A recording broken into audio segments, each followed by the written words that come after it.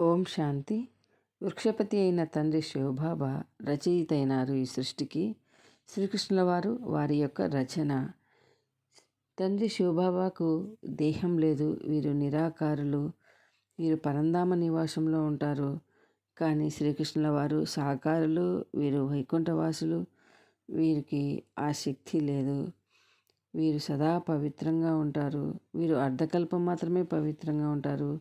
తండ్రి శివబాబా జననమరణ చక్రంలోకి రారు, వారు అజన్మ.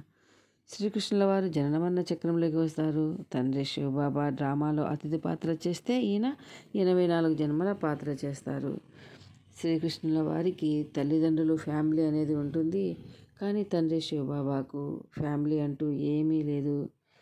తండ్రి శివబాబా ఉన్నతోన్నతమైన వారు. ఇంకా శివుడు, శ్రీకృష్ణుల మహిమలు మీకు తెలిసి ఉంటే కామెంట్ చేయండి. ఓం శాంతి.